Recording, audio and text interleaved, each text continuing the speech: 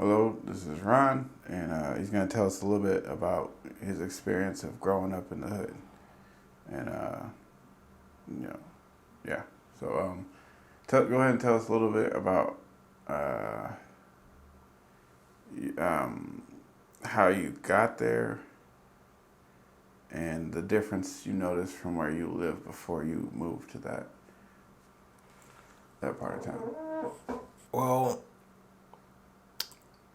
from what I can remember, I was a little kid, so I don't really know past like 5 years old. I can't remember you know past that. So I lived in the hood before, but I can't really remember much about the hood.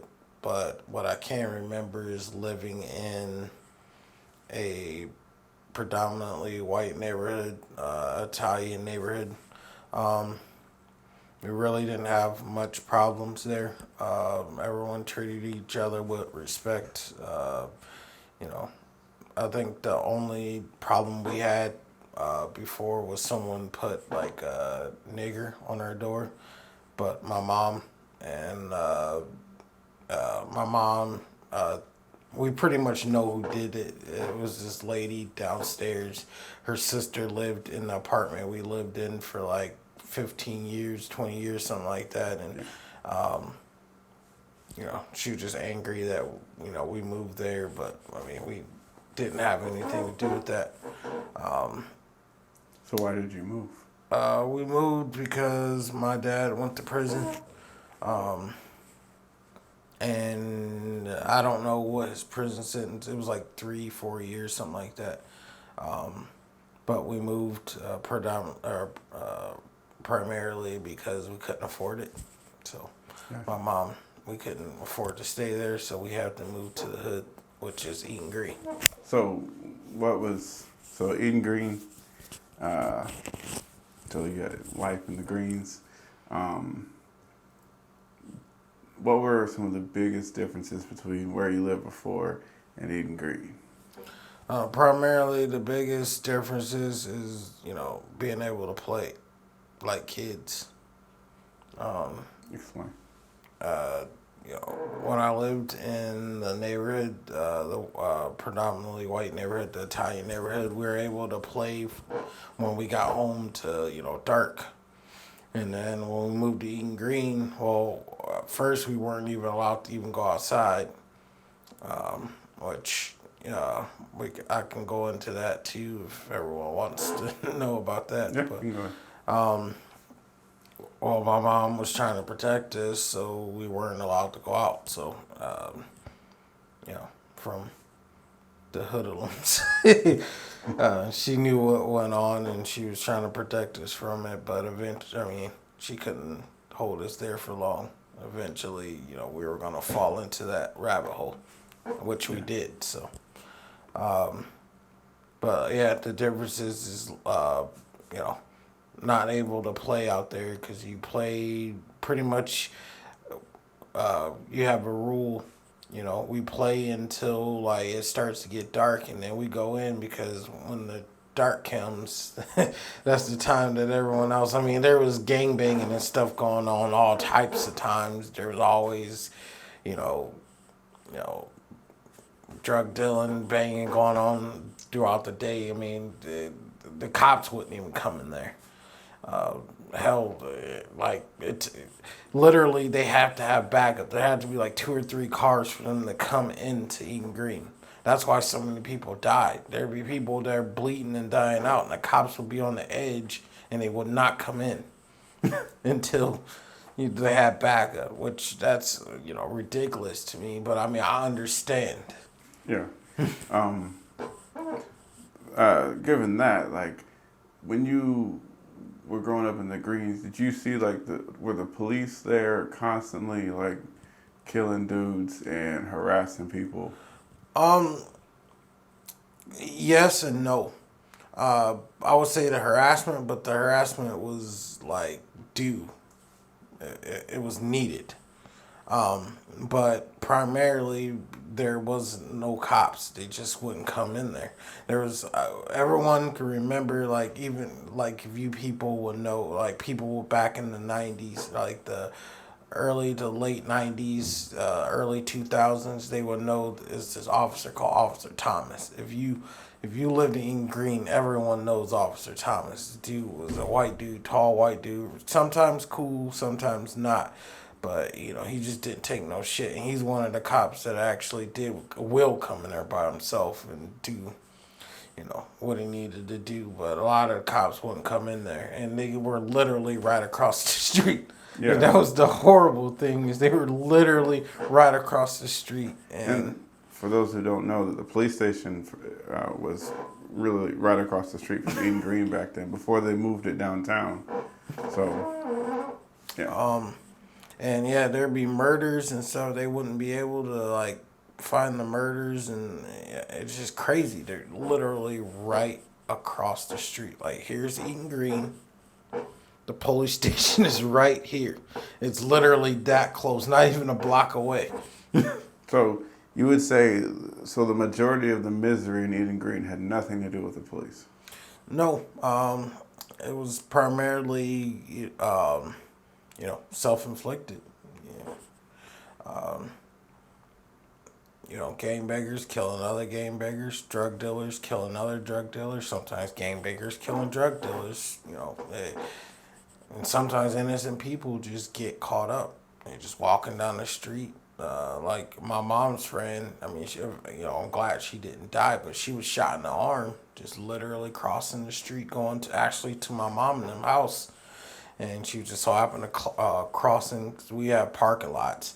How Eden Green is set up, there's parking lots that separate the buildings. I think there's 11 or 12 buildings. I don't remember. It's been so long. I lived in 7B or 6B, whatever the fuck it is. I don't remember. Yeah. But Yeah. but yeah, it just people sometimes people get caught up. How okay? How was it living there as a kid? Like how was your experience as a kid, other than not being able to play? Like, how was your interactions with other kids?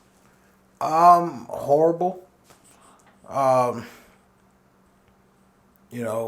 First, like I said, when we first moved in, it was summertime, so we were able to be kind of locked away. My mom was able to protect us. Eventually, we had to go to school. So school started up, and then that's when the misery really hit in pretty hard, because they attacked me and my brother, and I would, protect my brother by making an escape route for him to run, and I would take the ass whoopings. And that's primarily how I went for quite a while before they were able to trap me and my brother. And when they did that, then they found out something that, even I didn't know. It was I got hands. So, Yeah. Yeah. And how did once you fought back, like how did that change? it turned me into a monster, to be honest. Um, I started fighting anybody and everybody, or like even grown men. Like when I turned like 14 years old, I was whipping grown man ass, like.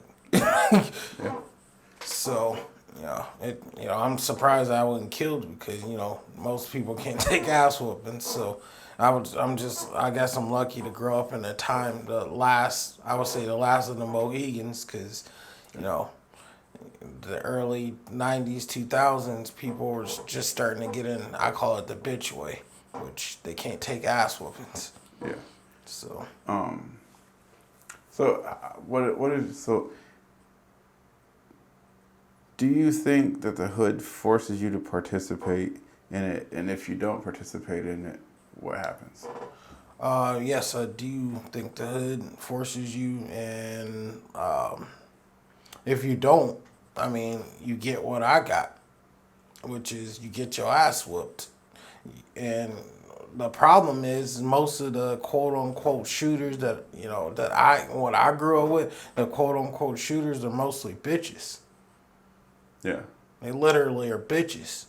And then how they got away with it, they just shoot people. Yeah. That's just the end of it. That's kind of how it I'm not gonna say names, but that's just how it is. Like most of the quote unquote, like, oh, that dude's hard, they hit her. Like, nah, they just a bitch. Yeah. With a gun. So, would you say that the hood is either you're for the hood or they see you as against them? Yeah. I mean, if you literally, if you don't, you're not for the hood, you're against the hood, and literally, that's how it is. Like, if you're not gangbanging, you're not selling drugs, you're not a prostitute, you don't present nothing for the hood, you against the hood. That's just the end of the day. You're a snitch. Or, you are, you must have something, so they're going to run up in your house.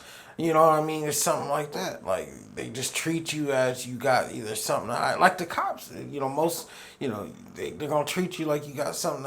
It's just crazy how they're really no different from the police.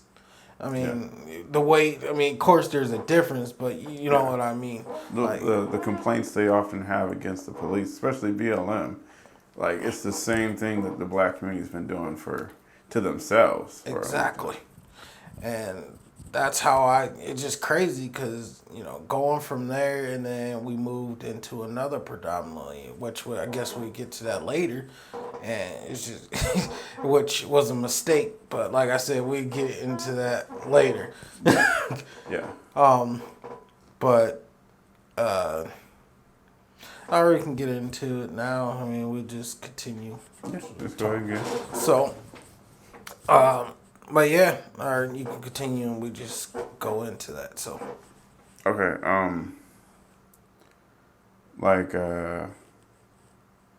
What would you describe the mentality of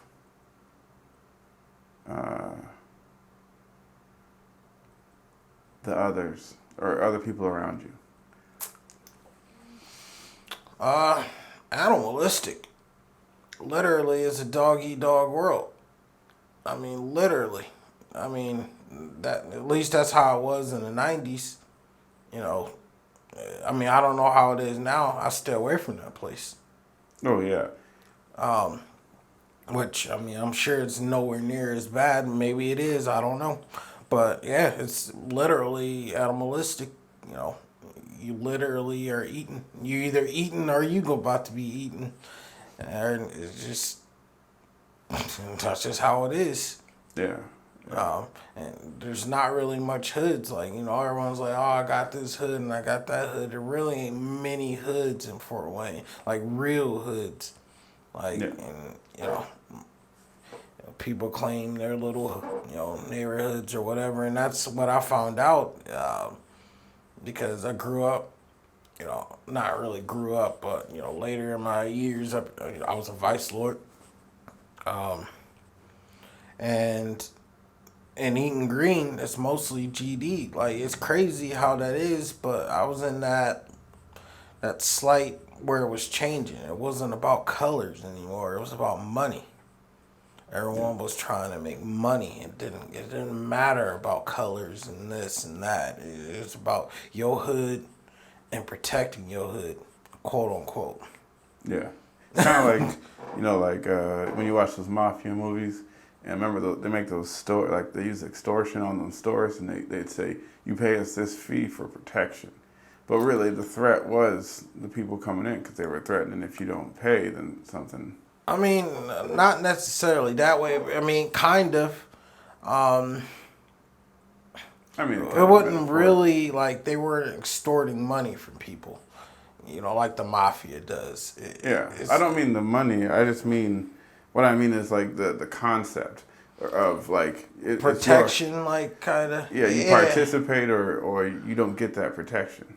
Yeah, I mean, normally they just whoop your ass and they continuously, or they rob you every time you come outside. Well, I mean, that's what the Mafia did to the stores. Well, yeah. You didn't pay the price to come in. They mess up your store because it's not protected. They wanted the money.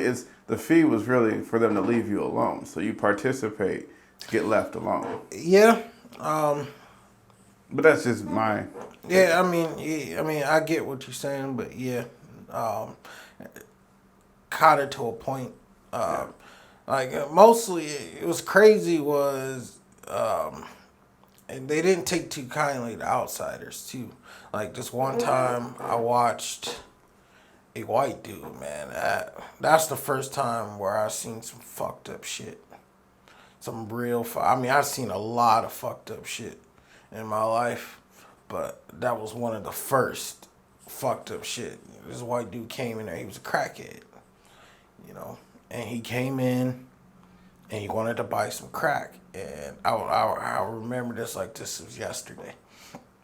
And we were walking down the street. I was talking to my homeboy Montrell, and unfortunately, Montrell, Contrail, all of my homies back then, like they're all dead.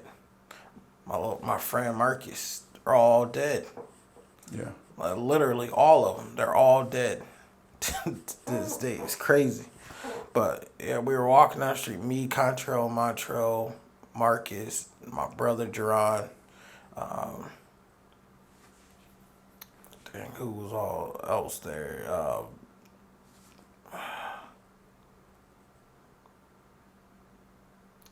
There was a few other people, but we were walking down there. We were walking past building. I want to say 10. Whatever. It's the building. You're walking down Green Street. It'll be the first building to the right, or second building to the right.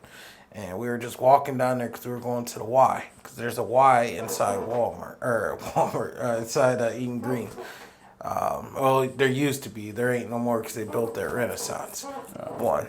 But there used to be one right there. We're going to the Y. So we're walking and we hear all this yelling. And we look over and it's this white dude. Well, we saw him come in there before, and we knew what he was. He was a crackhead. That's the thing about being young. You learn stuff that you shouldn't be learning.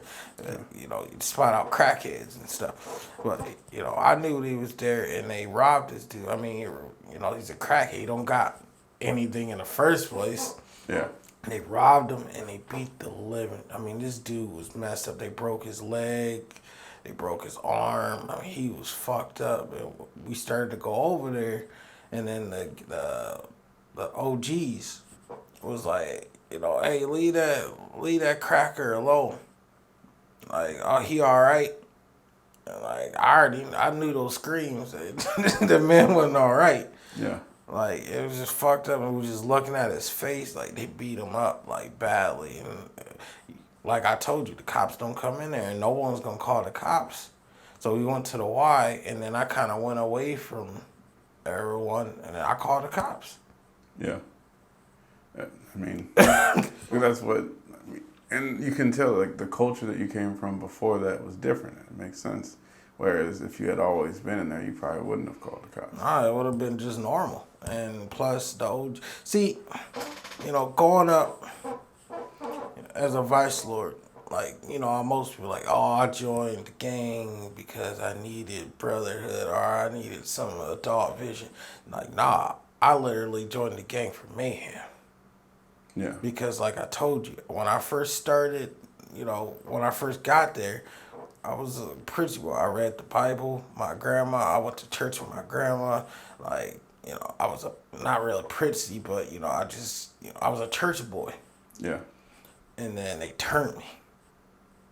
Yeah. That's how it is. You grow up you start in that situation, like, you'll turn. Everyone turns. They're all like, oh, no. You gonna turn. Yeah. Yep. That's just how it is. You gonna start turning into that. But yeah, literally, I joined the vice. I got jumped in for mayhem. Literally, that's all I wanted to do was to create as much mayhem as possible. Yeah. Literally. Yeah. And yeah. That's what I did mostly is create, and I slowly worked my way up, and I ended up becoming an enforcer at a young age for the vice lords, and that's unheard of. But I had that mentality. Like, I just didn't give a fuck at that time. Yeah. So, this is kind of off. I remember you telling, I don't know if you want to tell the story or not, about, was it a drug dealer or someone that was kind of crazy? And then, I don't know if you want to. yeah. Which I'll say his name because he's gone away. It don't matter. Oh, he's passed. No, he's in prison. So it Yeah. don't, and he's already his crimes are already, he's already gone away for his crimes. So it's Yeah. not snitching or anything. So, Yeah. but yeah, his name was Black, and this dude was a crazy motherfucker. Straight. This is later on in life too. This is out of Eden Green. This is actually, I call it the White Hood because that's exactly where I moved to. Was it's something else, Yeah. but it's right off of Main Street. It's right, right off of downtown. And most people, it's a little corner pocket area, or not corner pocket area, but it's just a little Yeah. shithole in its own. But Same kind of mentality. yeah, Does the it have same mentality culture? except white people. Yeah. So it's the same culture kind of thing. Yeah, Yeah. except white people. It's just hilarious because that type of mentality does not have a color. It doesn't. It really doesn't. That's why I say hood culture is while right now it's like one of the central things of black culture, it's not actually like black culture. That's why I separate hood culture from black culture. There's a difference, but it's kind of become this parasite and it's kind of enveloped black culture. So, But yeah, anyway, yeah, I lived over there. And yeah, but some of the most ruthless people that I've met were white. yeah, Like they put like some of the Eden Green people. Like, I met some ruthless people in Eden Green and ran underneath some ruthless people. But some of the most ruthless motherfuckers I've ever met that would kill your ass in a heartbeat was white. yeah, Like, especially for white. they would kill your ass in a second, not even thinking about it. Yeah, But anyway, going back to Black, Black, I don't know where he got his name from. I don't know. But was he black or white? yeah, he was black. Oh, But this dude was, he was crazy. There's just literally one time I watched him stump somebody. He had some Timbs on. I mean, he stumped the dude retarded. Literally just fucked him up for no reason. I don't even know. I came later. I was walking up and they were already stumping him. And I was like, damn. And I said they, because, some of his boy, he ran with, a clique, which I later became part of their clique, But this is after Black had gone. He had left. yeah, And someone else took over, which I'll get into that a little bit later. But Black had stumped him out. What sent Black away was we had this little store. It was called the Pop Shop. And he was having a disagreement or whatever. I don't know what the fuck that they were doing. I don't know. That situation, I was still kind of a vice lord, so I wasn't associating like too much. Cause I mean, Black was a vice lord too, but they were different. There's different vice lords. They were different. yeah, And a different set. yeah. Yeah. I don't know what they were. They were from Chicago. Black was from Chicago, so I think maybe he was like Four Corners or something like that. I'm not sure what the fuck they were, but they were something else. Yeah. Which they considered themselves. They called 210. They were 210 Mafia, and Black was outside the store and he shot this dude with a shotgun. And I don't remember what age I was. I was still like early teens, something like that. Maybe 13, 14, something like that. I don't know. Yeah, he blew this dude fucking head off right in front of me, like in front of everybody. And he just thought he was just so like, protecting no one. But yeah, that was the last straw. They ended up snitching on his ass, and he went to prison for that. For the rest of it, he's in prison for the rest of his life for that. So Yeah. he's just a ruthless motherfucker. But later on, I became 210. I became part of their little clique, 210 Mafia, and that's where I met Cheerio. Yeah. And Cheerio's one of those dudes that I told you, the white dude, just straight up fucking ruthless. Yeah. Ruthless motherfucker. Cheerio and Linnell, which you know Linnell. Yeah. They're all 210 Mafia. And, we're Vice Lords, just a little click off of Vice Lords. And, but yeah, Cheerio. I ran underneath Cheerio, and we did some shit. Yeah. We ran a lot of shit. We did a lot of shit from that small little area. Yeah. Well, we'll probably conclude here because we only got about 5 more minutes, less than 5 more minutes. Is there any social media pages you would like to give us? You can probably check us out at is it Indiana Freedom Network. Indiana Freedom Network on Facebook, and I think Josh is doing his thing. The Stop Black on Black Oppression. Stop Black on Black Oppression, and yeah, pretty much. Check us out on. We haven't been posting much because we do a lot for our personal work and stuff. So we do a lot of stuff, but hopefully we can start getting that stuff up once we get our shit together. Yeah, we'll probably take some blogs, start doing some blogs on the road. Yeah. About when we can kind of talk more about like the places we go. Maybe if we get some downtime, we'll actually visit like if we ever get something that is so perfect that we land like next to Mount Rushmore or something like that. You know what sucks, but go ahead and conclude this. Yeah. If we get any like historical sites, maybe we'll take some pictures or something, and or maybe we'll even vlog from there for like 30 seconds or to a minute, 5-minute videos, and just as we go places, and yeah. Go ahead. Oh, nothing. Just that's it. All right. Well, be on the lookout for more. There should be some more interviews coming up, some more chat sessions with Casper Knight, also known as Bolton, and his book. But yeah, just look out. There'll probably be a continuation of this as well, this interview. So if you like it, like and subscribe on the YouTube. And then you can also check down in the description for the equipment I used to film.